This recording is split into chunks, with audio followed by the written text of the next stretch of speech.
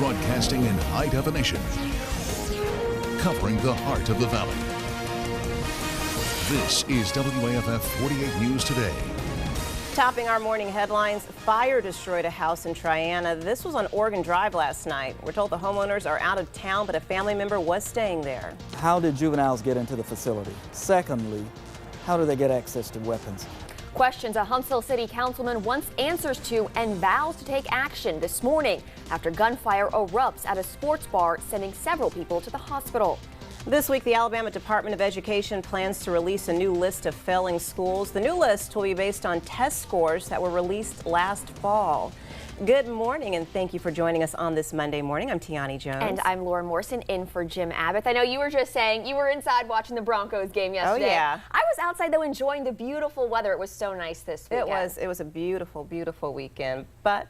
Hi, there's always the but. Every good thing has to come to an end. So let's get right to meteorologist Jeff Castle. Good morning, Jeff. Well, good morning, Tiani and Lauren. And very appropriate, it's coming to an end on a Monday of all days. We do have rain tracking on in this morning, so as you head out this morning, make sure you grab the umbrella. You're going to get good use out of it today. Live storm tracker Doppler radar showing some light rain near Scottsboro down toward Albertville, Arab, and Coleman. Little break around Athens, Decatur, and Huntsville, but then we start to see rain starting to pick up here in the northwest corner of the state. And there's a lot more out to the west, which is going to roll on through today. Let's take a look at the wider view with our storm tracker Doppler network. And as we check things out here, a lot of rain back across Mississippi, and this is all spreading its way off to the east. So again, it is going to get wetter as the day wears on. Decatur this morning, though, temperature-wise, it's not too bad. 51 degrees right now in the River City, mostly cloudy skies. We do have a southerly wind this morning. Right now it's around 12 miles per hour. So despite the fact that we have rain and clouds in the forecast, things are still going to manage to warm into the 50s today. 49 around 8. Rain will continue to move on in. 56 degrees at the noon hour, and again looking fairly wet. Rain chances will pick up to around 80% this morning. That south wind around 10 to 15. Still damp for the 5 o'clock drive home with temperatures running in the low 50s at that point. Back in a moment talking more about the rain. Also have some colder weather we're tracking for later this week. We'll have more on that in your weather on the 10s. In news from overnight, the Madison County Fire Marshal is looking into a fire that destroyed a home in Triana. It happened on Oregon Drive around 10 last night. Investigators say a neighbor saw smoke and flames coming from the home and called 911. Firefighters say the homeowners are out of town, but a family member was staying there.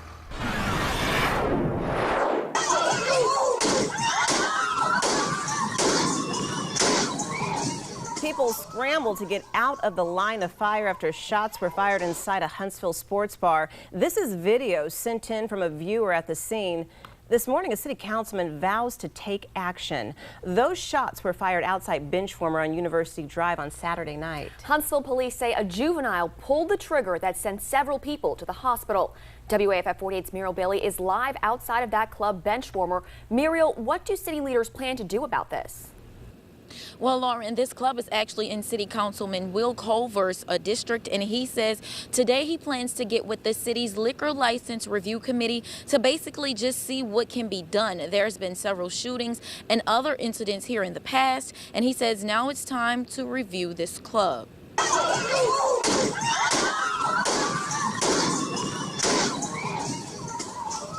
Now, this is video from that shooting at Benchwarmer. It happened just after midnight Sunday. A witness posted the video on YouTube. It captures a scuffle between several people.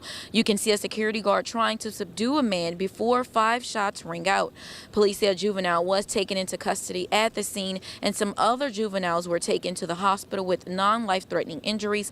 A witness also told us that a security guard was shot as well. Now, the club is located in Councilman Culver's district, as I said, and he says it's time to get with the liquor license review committee to see what can be done.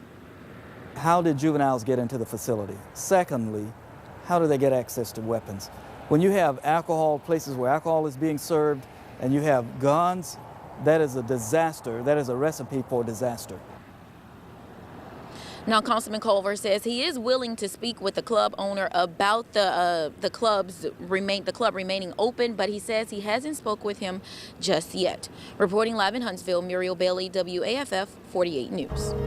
WAFF 48 investigated deeper into Benchwarmer's background. In December 2012, someone fired a shot into the bar, but no one got hurt. That same year, in July, someone shot and killed Alabama A&M student Isis Pitts in a nearby parking lot. Her murder remains unsolved. A man was also hurt in January 2012. Another man was shot in the parking lot as he was leaving the bar. And in December 2009, 3 people were stabbed inside of the business. The shooting at Benchwarmer marks the 3rd shooting in Huntsville over the weekend. Friday night, police arrived on Braun Avenue just after 8 for a shooting at Butler Terrace Housing Complex. That's where police say a man was shot in the leg. He's since been released from the hospital, but police are still looking for the shooter. Investigators say that shooting stemmed from an argument earlier that day at an apartment complex on Binford Drive. The victim was shot in the leg multiple times in the parking lot. He was taken to the hospital with non-life-threatening injuries, and we're told he will survive. Police have made no arrests in either case. The time now is 5:05. The search continues this morning for a Valley man accused of attempted kidnapping. Madison police arrived at 39-year-old Pedro Barragan's home last Sunday on a domestic violence call. Officers say Barragan left the scene in a stolen blue 1999 Ford Crown Vic. We're told he's a bricklayer and may be working at construction sites. If you've seen him, call the Madison police. Now to a developing story in Muscle Shoals. This morning, police need your help identifying this man who they say is armed and dangerous. Investigators say he robbed the Valley Credit Union Saturday afternoon on Avalon Avenue. He walked in with a gun and demanded money. If you see him, you're asked to call the Muscle Shoals police. Happening today, a meeting will be held in Decatur to discuss whether an ambulance service should be stripped of its license. In a letter to the company, the city's emergency management services director says Dempsey is not living up to its end of its deal with Decatur. The letter says that Dempsey agreed to have 6 ambulances in service by January 1st. A letter sent from a Dempsey official to Decatur EMS coordinator Ted McKelvey on December 30th says there were vehicles awaiting repairs and the company would not be able to meet the requirements in time. McElvery says he's recommending the city's EMS committee advise the city council to either alter, suspend, or revoke Dempsey's license. This morning, a hiker is recovering at home after crews rescued her from a fall in a ravine. The woman became trapped in a wooded area off Pines Church Road near Somerville yesterday afternoon. Officials say she was walking in the woods when she fell 10 feet down an embankment, leaving her unable to climb out. Rescue crews found her and pulled her to safety. Several agencies were involved in the mission, including the Huntsville Cave Rescue Team. It took about 30 people to get the hiker out. The time is now 5:07. Inside our schools today, we'll find out details on the success of Huntsville City Schools' recent graduation rate. Later this morning, School Superintendent Dr. Casey Wardynski will discuss the latest numbers on the increases. He will also recognize 7 high schools for their success. He'll speak at the Annie Mertz Center on White Street, and that's at 10 o'clock. Well, this week, the Alabama Department of Education plans to release a new list of failing schools. According to AL.com, the new list will be based on test scores that were released last fall. Last year, 78 Alabama schools made the failing schools list. 9 were in Huntsville and 1 was in Decatur. Under the Accountability Act, students in failing public schools can transfer to non-failing public schools or get a tax credit to pay part of the tuition at a private school. I believe that we're at a point where we could say that we see light at the end of the tunnel. The do not use orders start to lift for some of the 300,000 West Virginians forced to stop using their water after a chemical spill. How the end is near at 5:17. And a Southwest Airlines plane lands at the wrong airport at 5:19, what federal investigators are trying to figure out this morning. And we are seeing rain tracking in here for your Monday. Another look at live storm tracker Doppler radar showing the wet weather continue to roll in from the west this morning. As you head on out, you will need the umbrellas. I'll be back in a moment tracking the rain and also tracking some colder air for later on this week. We'll talk more about that and your weather on the 10s right after this break. Stay with us.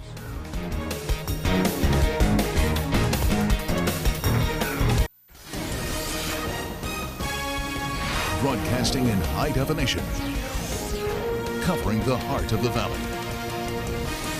This is WAFF 48 News Today. Topping our morning headlines, a Huntsville woman is still on the run this morning in connection with a robbery that turned deadly at a hotel in Fairfield. In a few hours, jury deliberations will get underway in Kenneth Jones' assault trial. He is Marshall County's former assistant fire chief, accused of running over his former employer. A new report is released on the deadly attack on the U.S. consulate in Benghazi, Libya 2 years ago. The Senate Intelligence Committee blames the 4 deaths on the State Department for not providing adequate security. Good morning, and thank you for joining us on this Thursday morning. I'm Tiani Jones. And I'm Jim Abbott. I know we're supposed to be getting used to winter as it comes and goes. Oh, yeah.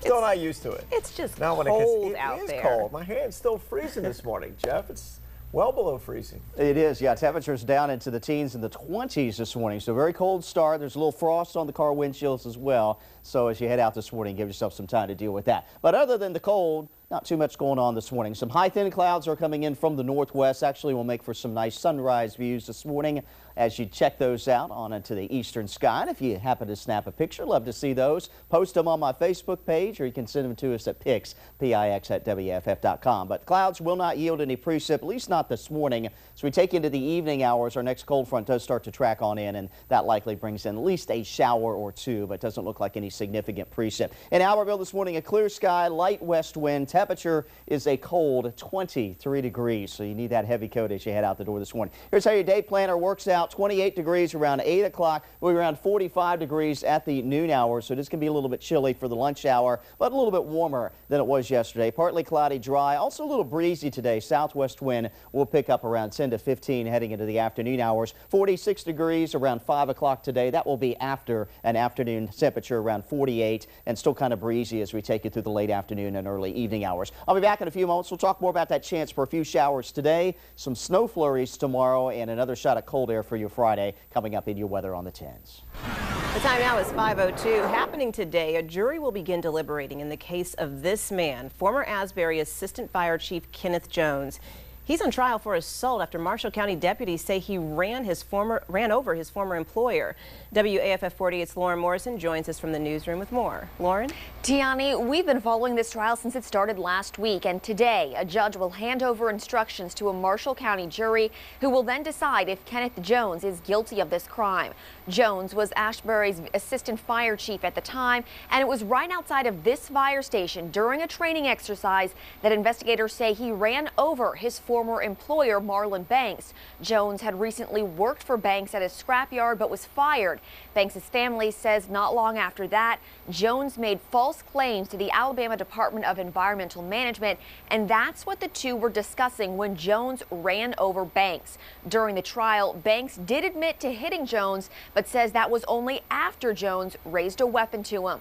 Now, jury deliberations will start at 9 this morning, and our Stephen McLam will be in the courtroom waiting to bring you the verdict. Reporting live in the newsroom, Laura Morrison, WAFF 48 News. 5:03 right now. This morning, a Huntsville woman is still on the run after police say an apparent robbery turned deadly at a hotel in Fairfield. Police are searching for Tempest Garner. Officers arrested two other women yesterday, Brianna Ivy and Jessica Duckworth. They both face robbery charges. All three are from Huntsville. WAFF 40's Muriel Bailey is in our studio this morning with more. Muriel?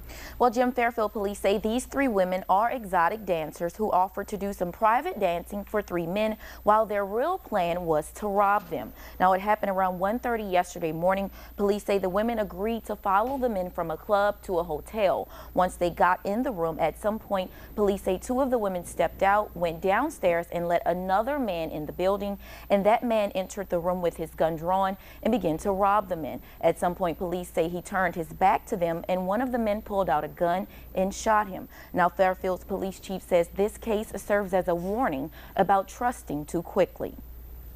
We have to be careful of everybody we meet and make sure you know who you are with, once you close that door.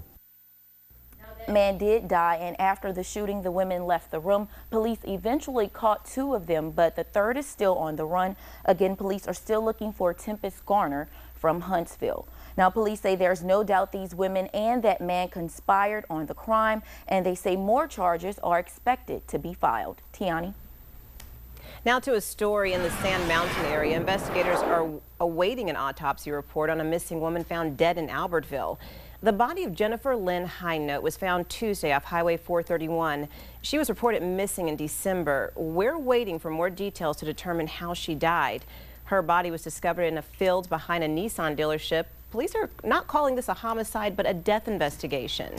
More details now on a story we first brought you as breaking news right here on WAFF 48 News today. This morning, a Huntsville teen is in jail in connection with the city's second murder of the year. 19-year-old Irvin Tolbert faces a capital murder charge.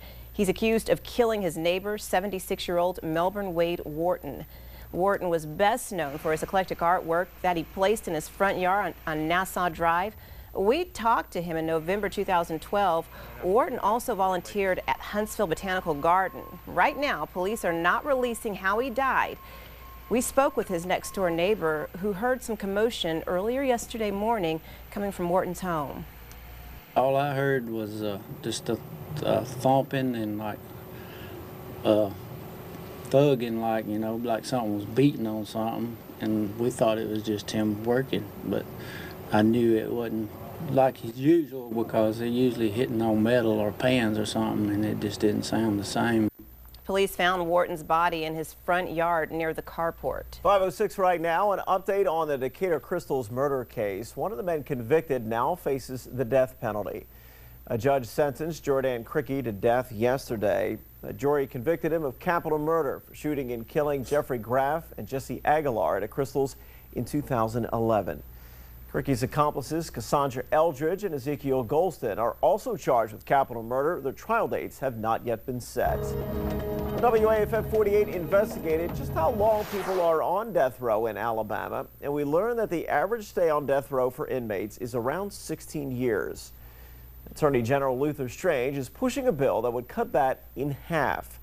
It's part of the Fair Justice Act, and it would streamline the appeals process for convicted killers on death row, meaning appeals that could take years would run at the same time. This morning, students at a New Mexico school where 2 children were shot by a classmate will return to class. The relatives of the accused shooters say they are heartbroken. His parents and grandparents issued a statement through their lawyer yesterday. They said their thoughts and prayers are with the 2 children who were shot Tuesday in Roswell. The family says its remorse cannot be expressed in words. Police say the boy planned the shooting, but he chose the victims, an 11-year-old boy and 13-year-old girl, randomly. The boy is being evaluated by mental health professionals. So far, police have not charged him. Time now is 5:08. School officials discovered a 5-year-old kindergartner locked inside a closet in Tennessee. Her mother was surprised, but at 5:19, why the girl wasn't. And at 5:13, a condition update on a Navy pilot who had to bail out of his jet before it crashed.